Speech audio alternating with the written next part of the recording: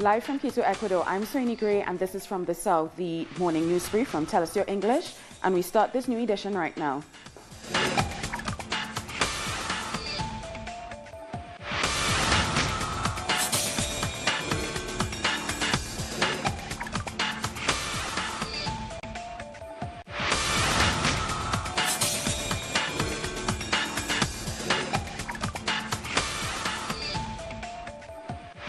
Thousands took to the streets in Peru to demand a recall for the pardon given to the former dictator Alberto Fujimori.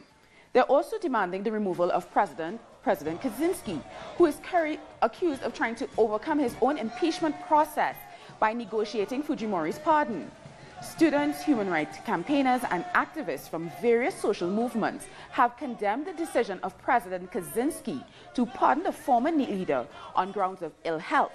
Fujimori was serving a 25-year prison sentence for corruption and crimes against humanity committed during his period in office from 1990 to 2000. Legal pardon that this government has given to Mr. Alberto Fujimori, a person sentenced for crimes against humanity. This illegal pardon has been given in exchange for voting to keep Mr. Kaczynski in government. Such a negotiation violates the rights and justice that we have fought for over so many years. We are people who have been victims of violations of rights during the Fujimori dictatorship. The group Grandmothers of Plaza de Mayo, the Argentine human rights organization that was created in the 1970s to search for kidnapped babies during the dictatorship, have announced that they have found the 127th grandchild. Between 1976 and 1983, an estimated 30,000 people suspected of being against the military dictatorship were disappeared. President of the Grandmothers of the Plaza de Mayo, Estela de Carlotto, said that the grandchildren's parents went missing in 1977 during the Dirty War. Maria del Carmen and Carlos were kidnapped in Cordoba. She was between 8 and 9 months pregnant. The couple was seen by survivors in the clandestine detention center, the Perla, in Cordoba. Later, Maria del Carmen was transferred to the ESMA detention center, where she gave birth to a little girl. And after the announcement, the Grandmothers of Plaza de Mayo held a press conference where the organization reiterated its resolve to continue to search for the children who, so long ago, were forcibly separated from their parents. Our correspondent in Buenos Aires, Carolina Silvestri, filed this report. Today marks a special day for Argentinians after a press conference provided more details about the search for granddaughter number 127 by the Grandmothers of the Plaza de Mayo. The Grandmothers, human rights organizations, granddaughter 127's aunts and granddaughter 126 were present at the press conference and made a compromise to continue the search for the 400 grandchildren still missing. Granddaughter 127's family members have let her know that they expect her with open arms and that she has all the time in the world to accept her newfound identity.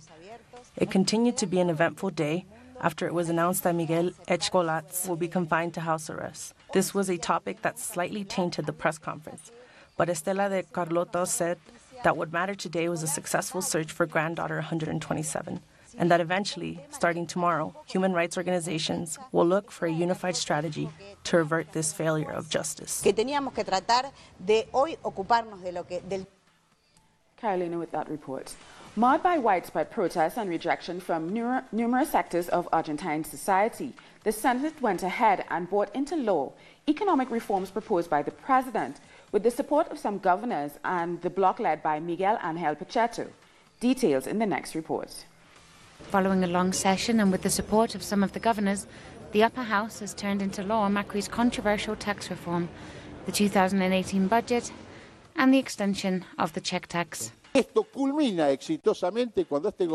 will end when this government reaches its limit with the fund, taking into account that the macroeconomic conditions left by our government have helped them continue with this debt. So this will end with the mission fund asking, what is it that you own? 400,000 millions? Well, here it is. And now this is the economic, political, and social program for Argentina for the next 60 years. The opposition denounced that the gradual reduction of the income tax for large companies and the cut of employer contributions are measures that will directly affect the workers and the most vulnerable sectors of society. Gradualism can be applied to benefit the poor or to benefit the rich. And what I see in this package of laws is that a project is being carried out that favors the rich.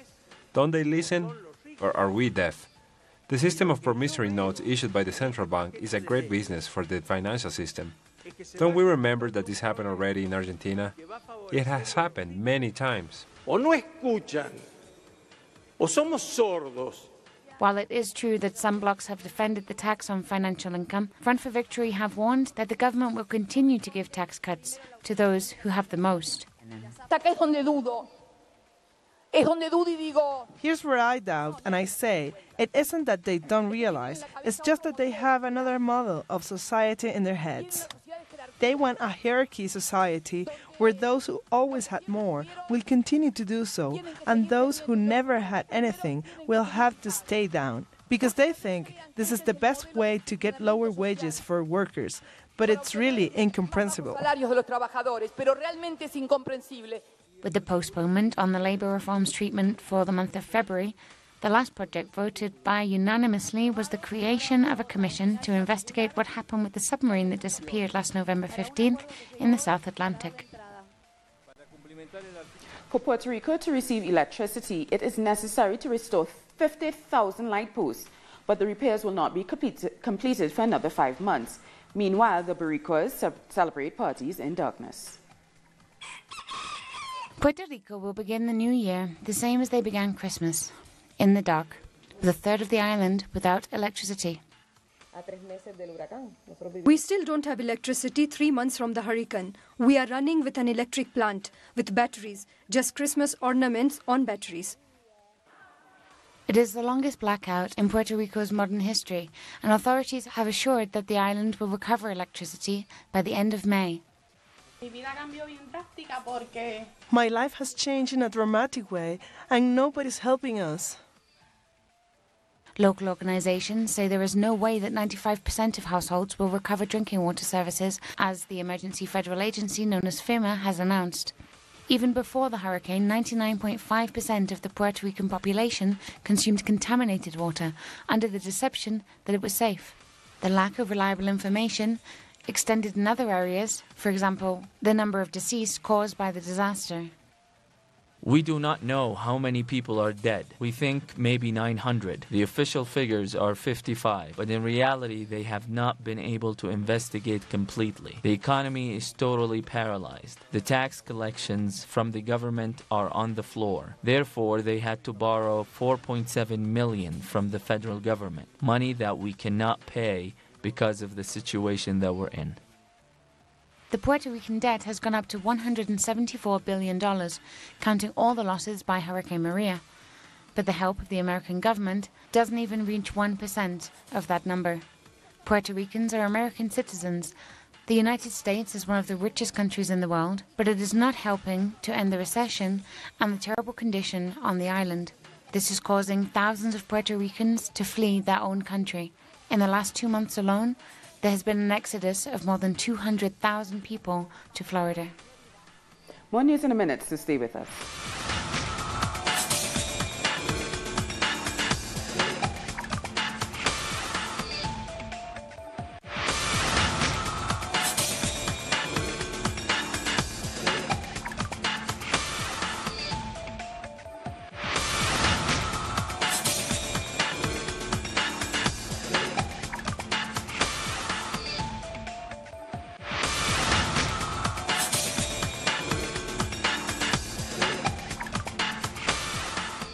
In 2017, Colombia experienced the historic process of achieving a ceasefire and a peace agreement after decades of war with FARC rebels deep in the jungle. But the true challenge was getting officials to comply with all parts of the deal. We have a full report on this extraordinary challenge for you now.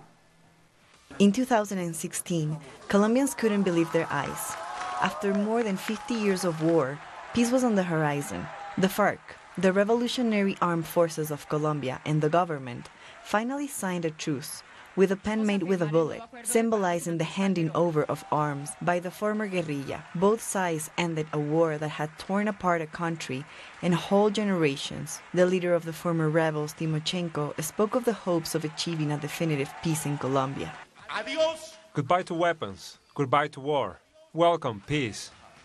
Bienvenida la paz. The civil war in Colombia was the longest-lasting armed conflict on the continent. Since 2012, both sides negotiated in Cuba how to end a war that had left more than 200,000 people dead, 5 million displaced, 80,000 disappeared, and 30,000 kidnapped.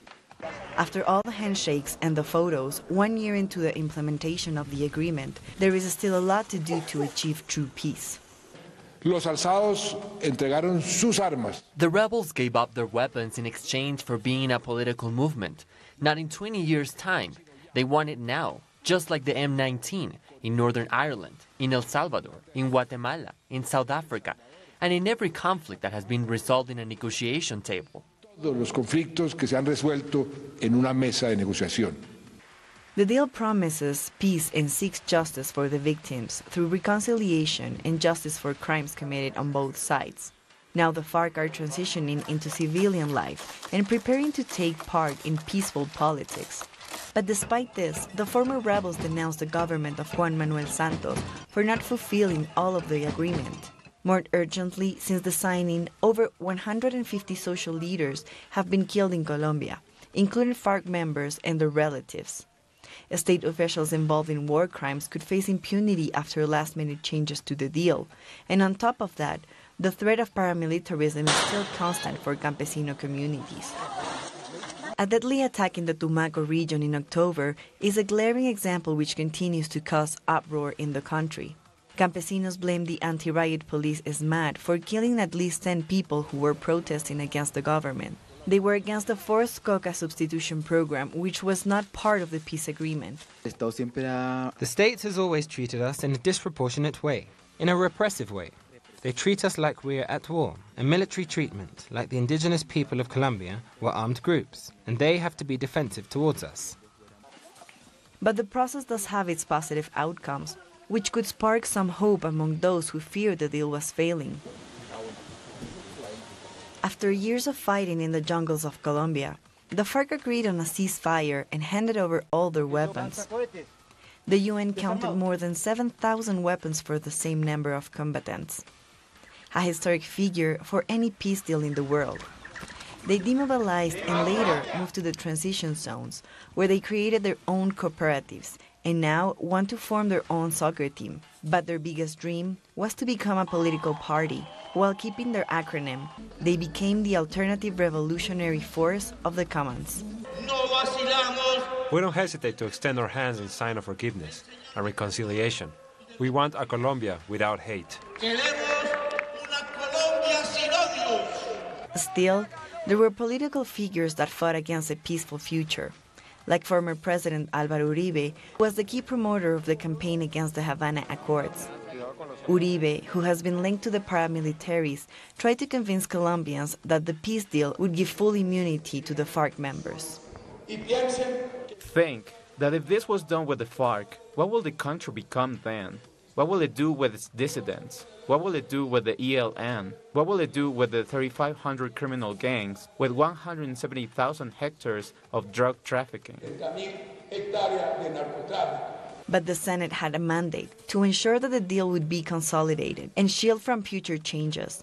The legislative branch approved in 2017 the special jurisdiction for peace, the backbone of the agreement. But many steps remain to complete the deal agreed upon. There are many projects that the Congress hasn't dealt with yet. They've delayed them. Those projects are essential to guarantee the right of the victims, to promote development and strengthen our democracy. This process has become an example for the country's second guerrilla to begin its own negotiations for another historic peace deal. The ELN National Liberation Army began talks in 2017 in Quito, in which Ecuador acts as a mediator. They also agreed to a ceasefire, but have denounced that the paramilitaries have seized the opportunity to kill their members. In this aspect, Facts speak louder than words. We have an ELN delegation that has a mandate to not leave the table until we have a deal, and we will fulfill it. In a process full of ups and downs, Colombians and the region still hope a definitive peace can be achieved, so that the future generations won't even know the meaning of the word war.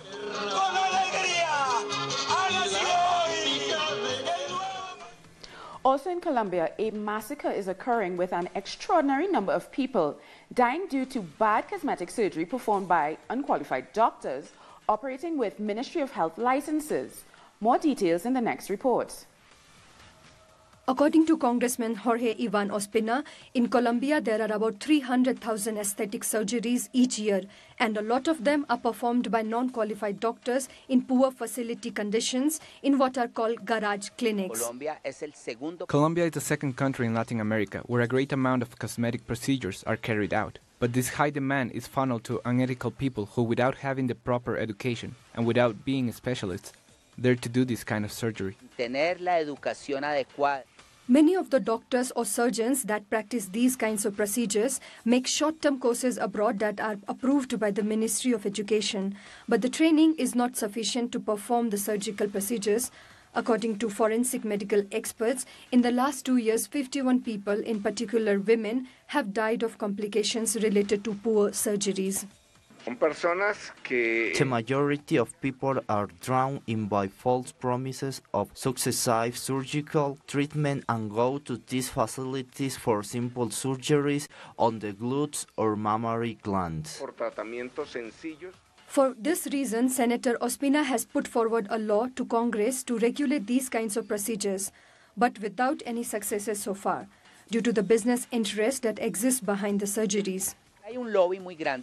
There is a large lobby of doctors who take advantage of the demand for this type of procedures.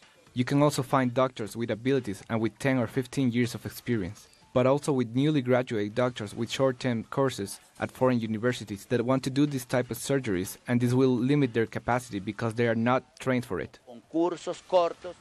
Cali, Medellin and Antioquia are home to most cosmetic surgeries in Colombia, cities where the package for foreigners includes the surgery and tourist walks.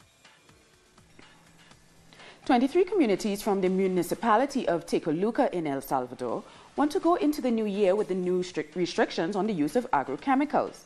6 national sugar companies support the measure and are calling for an end to the practice of burning sugarcane because of the risk to public health.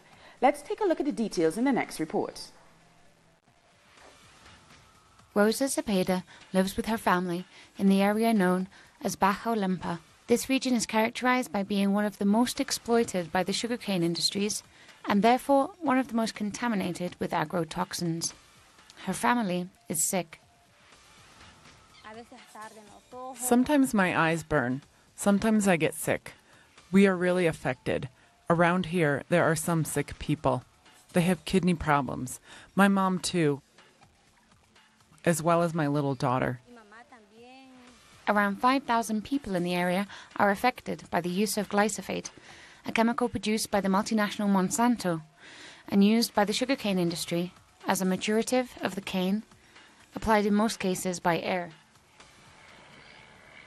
They distribute the chemical by plane to the sugarcane plantations, but it spreads into our farms and houses, where people and children become affected.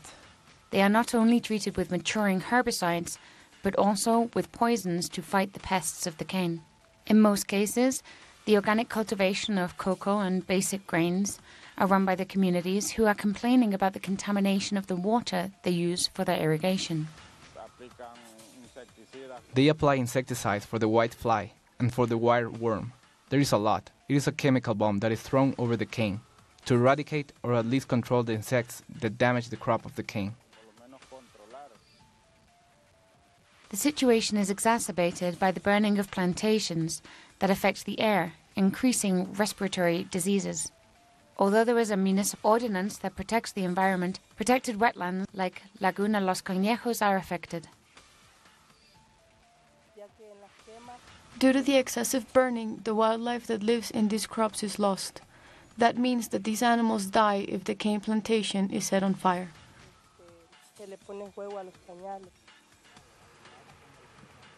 The demands of the communities are simple. The use of agrotoxin substances should be regulated by the Ministry of Agriculture. The exploitation of the water resources should be regulated. Contamination of protected areas has to be avoided, and the practice of burning the sugarcane needs to be stopped. We'll be back very soon, so stay with us.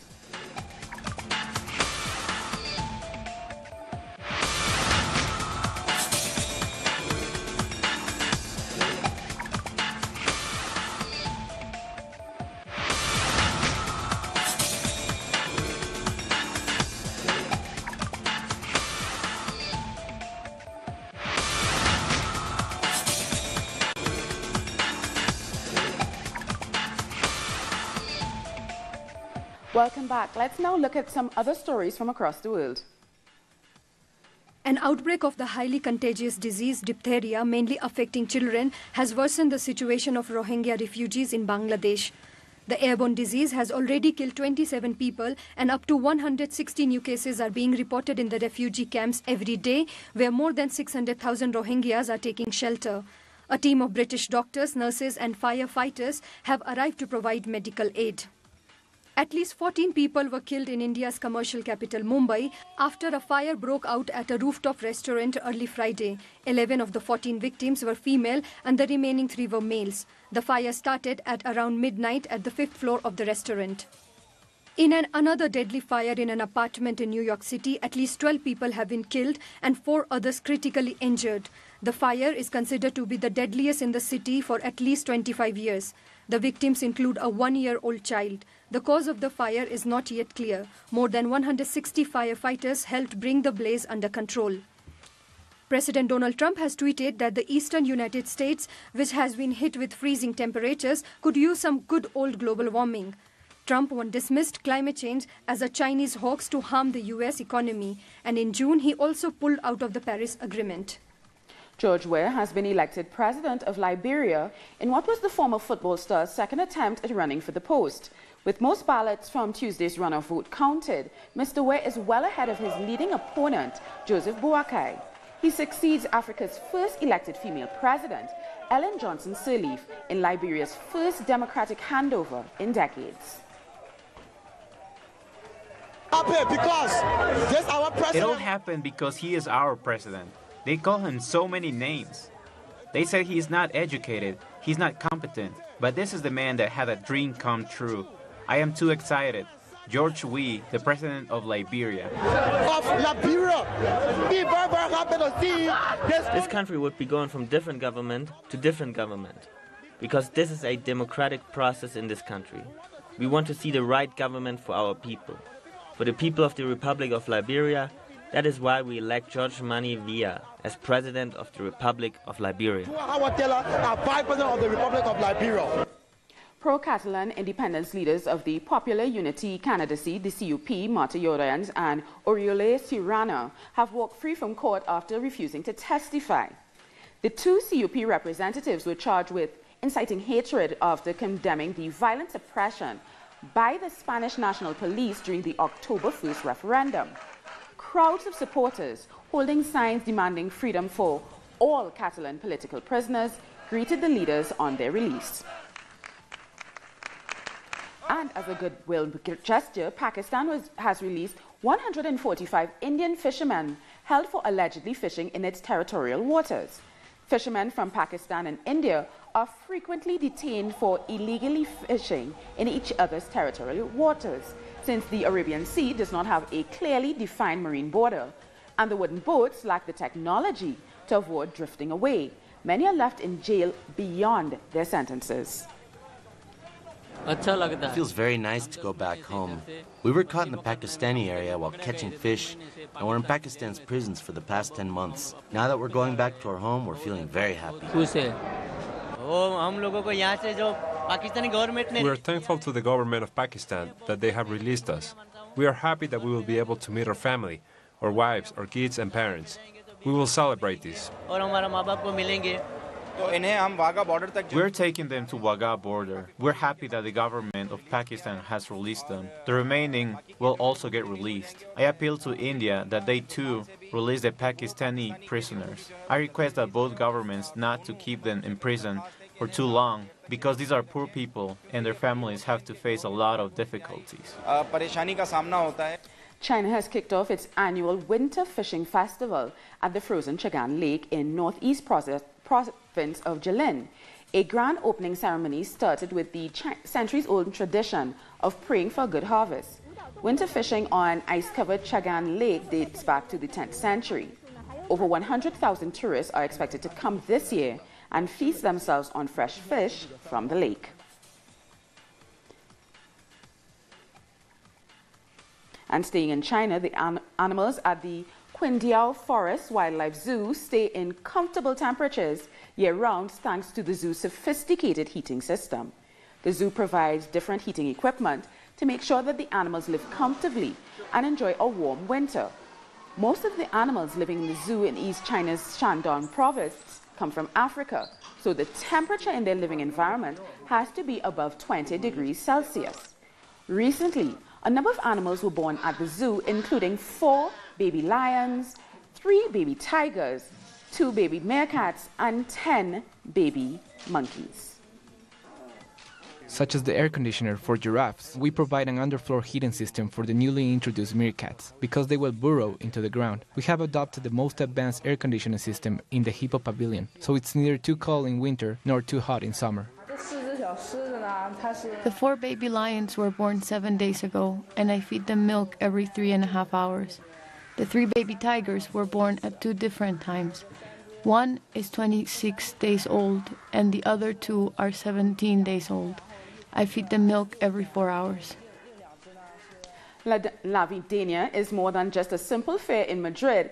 It's an event that celebrates social and cultural diversity tied to this time of the year. Workshops, concerts, and a rummage sale bring visitors close to the different ways Christmas is celebrated throughout the world. During this time of the year, strolling through Plaza Matadero is to take a trip around the world.